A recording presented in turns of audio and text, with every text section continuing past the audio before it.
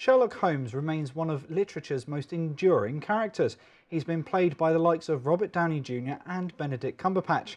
The Baker Street detective is beloved that some people make the mistake of him being a historical figure rather than a fictional character. And Sir Arthur Conan Doyle began writing Sherlock novels right here in Southsea. And now we have a Portsmouth City Library's senior archivist, Michael Gunton, to talk more about this character. So, Michael, thank you very much for coming in to see us. And as I said, it's fascinating to me how a character that was written so long ago still captures the imagination of people today. Yeah, right from the beginning, he seems to have caught the attention of people all the way around the world. And every few years there's a new dramatisation, there's a new film, someone writes a new story, yes. And the fact that, although it's an archetypal character for a certain time period, the fact that he can be updated so easily, do you think that's one of the reasons why he's lasted so long?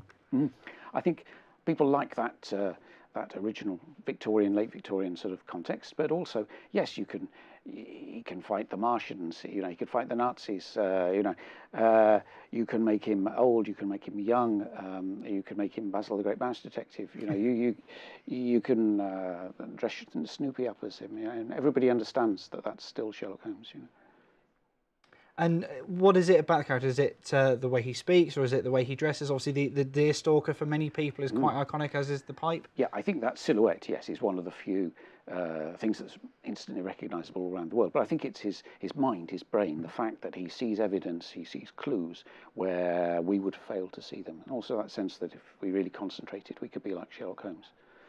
And that's what fascinates, and that's also what transplants through all these different incarnations of Sherlock Holmes. And do you think there's key characteristics like how sort of painstakingly observant that the character is that is something that translates very well?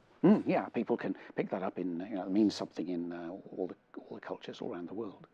Absolutely, and so yes, partly people in foreign places are fascinated by that late Victorian thing, but also they can instantly see how interesting it would be to be alongside somebody like that, or to act like that in the world. And do you have a favourite adaptation at all of the character? I think they all work in the ways. I mean, I like the Benedict Cumberbatch interpretation, but each actor takes it in a different way, and you pay your money, you take your choice, really. Okay, and what you were saying to me earlier is that it's a character that's been translated into many different forms and many different languages, indeed. Just tell me a bit more about that. Right. Yeah, all the languages you could imagine. Esperanto, Yiddish, Inuit, as well as all the Indian languages, all around the world. Yeah, absolutely. Yeah, many different languages. And do you think that's going to aid in more Sherlock Holmes stories being? Obviously, we still have the ones from Conan Doyle, but are there many more being written all the time? Yes, people are writing new stories. They're writing new dramatisations. Yeah, absolutely. They're acting these things out all around the world. Yeah. And there was one thing that we touched on when we spoke before, is that Sherlock Holmes from Conan Doyle's day was a habitual drug user, and that seems to be something that has fallen out of favour in the modern adaptations. I mean, why do you think that is? Well, firstly, back then they didn't really understand the problems with drugs. They didn't understand the risks. But also, Sherlock Holmes only takes drugs when he's bored, when he hasn't got something to occupy his mind. So actually there's a strong message that, once he gets something that will occupy his attention, a mystery to solve, he's off, he forgets, yeah. And how was it that you became fascinated with the character? Back in 2004, we received this collection, which Richard Lancelin Green had amassed.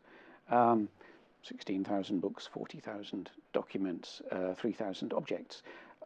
All the ways that, all the possible, many translations of their works, 400 dramatisations, stage, screen, radio, right from the beginning all the way through. That whole landscape, that whole Sherlockian landscape opened up at that point. Really. And how has your time in the Portsmouth Archives helped you in sort of collating the subject matter for the talks that you're holding? So I supervise a team of volunteers who've been documenting particularly the archive parts of the collection. We regularly receive researchers who are researching books or articles. So I learn from them as they learn from us. And we get requests for pictures and so on for using the collection. So it's really working with the collection, working with the volunteers that I've learnt about Conan Doyle and his works, particularly Sherlock Holmes. Okay, and can you just expand a little bit for me on what sort of things that you have learnt from the volunteers? What have they brought to the table? Well, some of them were already Sherlockians and were interested, and so they brought a subject knowledge, which it's endless what you can know, and therefore anything that they mentioned was interesting. But also the perspective that the volunteers bring on some of the stories. We have material relating to the lives of Conan Doyle's sons by his second marriage, Adrian and Dennis, and the lives they led, and the volunteers equally sort of discovering their story as well. Fantastic. And say we came along to your talk, what sort of things can we expect? What sort of things can we listen to? Well, I'll be talking about Sherlock Holmes, the worldwide phenomenon, and that he has been so popular right from the beginning, and some of the reasons behind that, something to the rise of the detective and also the mind of Sherlock Holmes and how that's fascinating. Those are the sort of things I'll be covering. Fantastic. And just a final thought then, what do you think about all these people that think that the character's real? Well, I think it's entirely credible. People have been writing to him right from the beginning from all around the world. And yeah, it's a character that just captures people's imagination. Fantastic. So, say very quickly then, just remind me of the time and the place for the talks that you're offering us.